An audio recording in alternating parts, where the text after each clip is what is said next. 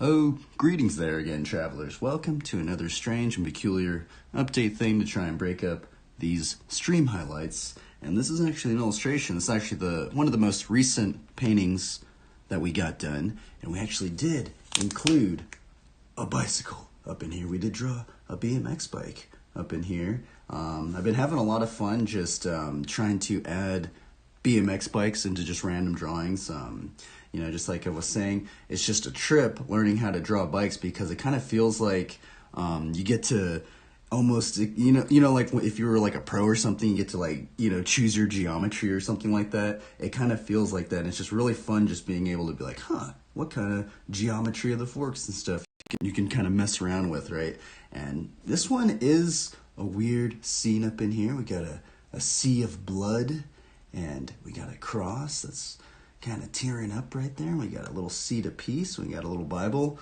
We did do a somewhat limited palette on here. And do I even have, here is actually the palettes. It sounds crazy, but this is actually the palette that we used for this painting.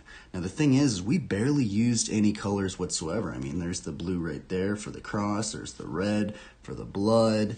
And but the thing is that I think where it really goes into what makes it a little bit difficult is how we stack the layers up, and we kind of use the acrylic paints kind of like watercolor in some sense. Now the thing is I actually used to use a wet palette, and a wet palette is you kind of have the sponge, you have some of this paper, and then you put the paint on top of it and you mix it on top of the paper, right? And it stays wet.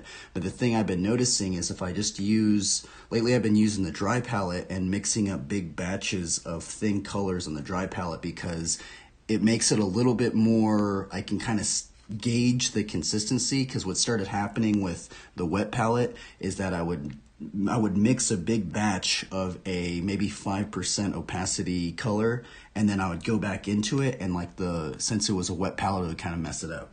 But yeah, anyway, this scene is pretty bizarre up in here, and we actually did get inspired. The inspirations for this painting right here is actually the controversies, the moral controversies of the Christian video game industry, which is kind of interesting. There's a pretty gnarly rabbit hole if you go into the Christian video game industry, which is kind of strange because in more of a secular, I guess, game industry, killings, no one bats an eye if you kill, somebody and stuff like this in a secular game, right? But right when you start doing these two topics within a Christian game, unless you set it in the Old Testament or unless you play as an angel or something like that, it becomes increasingly more difficult to try and promote, especially with the whole loving your enemies thing. And that's why we have the skull up in here, but we also do have the shoes of the gospel of peace up in here.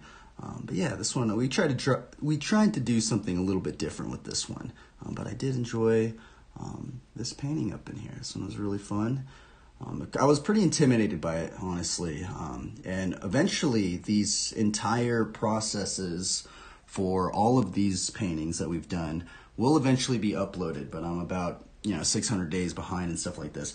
But the thing is that what's really cool about these updates is that we can give some shout outs to some BMX riders, and that's what we're going to do right now. Alrighty, travelers, let's traverse the lands and observe some BMX trick lore up in here. And the trick that we will be discovering today is the lore behind the Undertaker. Now, what's kind of funny is one of the reasons I wanted to learn the trick the Undertaker is I watched some random video of this wrestler, right? And his name was the Undertaker, and it was weird because he started talking about God and stuff like that. And it sounds ridiculous, but that's actually the reason that got me deeper into wanting to learn this trick. It sounds crazy, huh? But this first trick we're going into, or this first video, is from BMX Plus, and it's the 101 freestyle tricks. This is one of the first, I guess I won't say this was the first Undertaker I've ever saw. The first one I actually saw, I actually do have it up here and we'll see it. But this one is the first one that actually says that it's an Undertaker up in here. So let's watch this from Martin Aparicio. The Undertaker. Man, dude, look at that shot up in here, dude. We got the beach. We got the waves up in here, man. This is rad. Dude, amazing. Look at that. What a cool trick. I'm surprised that more people don't do this trick. I'm kind of wondering if it's just because like people don't really run brakes anymore, but I've seen people do a lot of modern day flatlanders, they do brakeless Undertakers. This trick is actually doable, everybody. Without brakes, but it's much challenging because you have to kind of like manual, like peg wheelie roll it and then like pivot your foot on the peg. Now the second one we have up in here is from Matt Wilhelm again, and this is actually the exact tutorial I learned how to Undertaker, and it was from Matt Wilhelm. Let's watch this one up in here. Undertaker. Which, you know what's actually strange about this trick as well? Is that what's odd is this is actually one of my early flatland tricks that I actually learned. Hit the front brake. The other thing I also want to mention is that if you have a shorter frame and lower bars, it does make this trick much easier, because when I was running the flatland frame that I was running, that was like a 18.75 or something like that. This trick was way easier on that frame.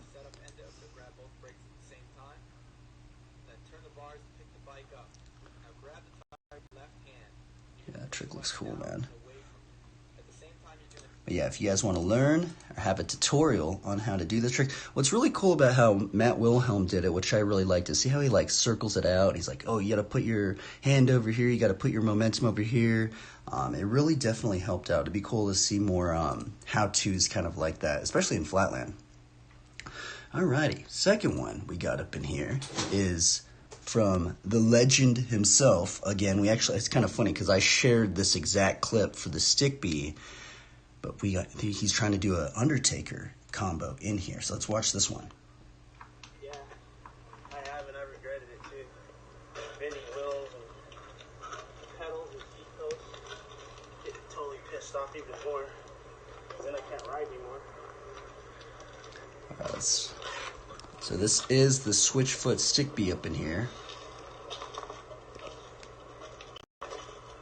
Now right there, it kind of lagged out right there, huh? But let's watch that again. He's trying to do a stick bee combo into an Undertaker, which I've actually never landed this one yet. And it's kind of funny because he actually doesn't land it in this video, but he's trying to do it, right? Okay, I'm just asking myself what's too hard. If you guys want to do a trick, you may learn that one and make it a line, right? Now the funny thing is that this video right here, this is actually the very, very first Undertaker I ever saw, and it was from this rider right here, Perry Mervar, Flatland, the AFA Masters in Columbus, Ohio, 1988. Now the funny thing is Dave Smith and Perry Mervar, I have no idea. I guess it was my YouTube algorithm at the time when I was living in Long Beach and people were talking about Dave Smith, and I looked up Dave Smith. Well, after watching the Dave Smith video, this rider popped up, Perry Mervar, and then if you guys haven't already noticed, two of my favorite flatland riders actually got me wanting to learn flatland in terms of like, you know, YouTube flatlanders. It was actually Dave Smith and this guy, Perry Mervar.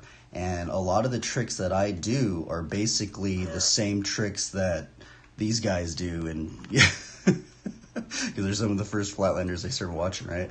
But he's an Undertaker up in here. Now, the thing about Perry Mervar's Undertaker that was a little bit different is see how he puts his hand on the seat right there?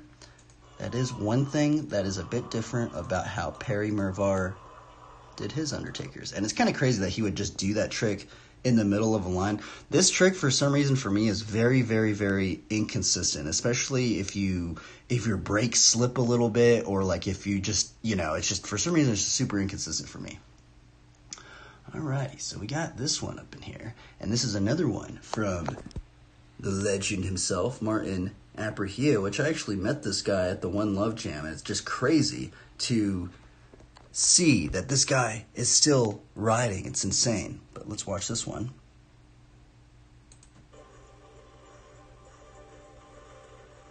Oh yeah, and that's another thing you guys could do. If you guys see how he lands it and then like throws his bike down, a lot of times when I do my Undertakers, that actually happens. Now the thing is, he did this in the middle of his line, so you know that's probably why he did it that way, because he probably couldn't land it normally. But yeah, shout outs to Martin Aparicio. And you know what, I'm actually going to put this entire line in a video, and we'll just watch the entire line of this, because it's cool, because he's just riding in an alleyway right now. But yeah, anyway, everybody, we'll put that video on at the end, the entire line. He actually does this crazy line. But alrighty, everybody, well, this concludes another strange update thing. I actually only landed one clip in this this day segment, but we actually did do an Undertaker though. So anyway, everybody, I hope you guys have a good one. Can continue to keep shredding on the BMX bike. You know, the bike's cool, man. You get to observe humanity. There's a lot of times where, you know, I've heard people say they just get BMX bikes, and one of the big thing about BMX bikes is that you can fit it in a car, because, you know, if you get a mountain bike or a road bike, you kind of have to disassemble it to get it to fit and stuff like this. But what's cool about the BMX bike is it's very compact, and you can just, and it's also makes it a little bit more easier to lock your bike up and stuff like that. But anyway, everybody, we'll watch the rest of this Martin Aparicio line video, which is an amazing line. It's from the 80s. But I'm out of here. Peace out, everybody. Continue to try your best and have fun. Alrighty, travelers, let's watch this line up in here, which this is actually a really long line from the same video, Martin Aparicio on GTBMX tape 1988 from Stunta Biker. Let's watch this up in here. The chairman of the board, Martin. We've got some other footage of you from Huntington Beach. Let's take a look at it. Dude, this line is amazing. He's just in this alleyway. Dude, it's rad. Turn down the music down a little bit. You got a decade. He does some tricks in here that I had to actually rewatch it a second time. I was like, what in the world? He does like some sort of like no-handed G-turn thing up in here. Is it right here? But no, it's not right here. Dude, Martin was a G, man. It's crazy. This dude still rides, man. Like, that's what trips me out. I'm like, what in the world? Hopefully I'm still riding when I'm his age, you know? What's this trick called? This trick's called like it's like a squeaker, but it's like a different squeaker. He did like a squeaker can right there. It was funny. Right here. Look at this thing. Bro, I've never seen anybody do this. This is like straight up some sort of no-handed G-turn. Like G-turn 180 thing. Dude, that is... What in the world is this guy on? Holy moly, dude. What is that? Is that a no-handed G-turn thing? I've never seen anybody do that. Like, I had to rewatch it. I was like, wait a minute. I totally forgot about that clip. Got a lawnmower. Now, what's really odd about this clip, too, is see how it went from black and white into color? Was it just the camera? Did the camera just trip out? Like, I was like, what in the world? Why did that happen?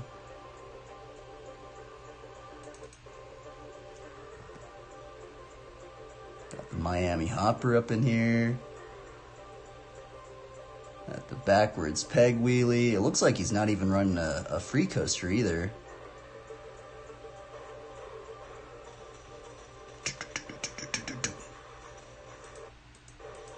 Cool boomerang.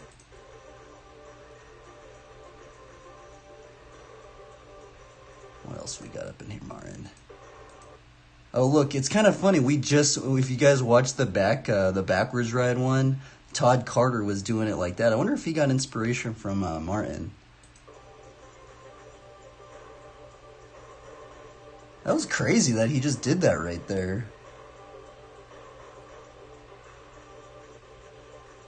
Oh, here's the Undertaker. He does like mid-run.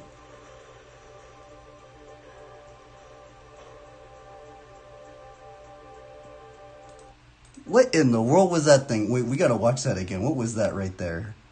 That was like straight up Dude, even in this run, there's like so many of these weird little tricks. I'm like, what? I've never seen anybody do this. This is what, a rocket?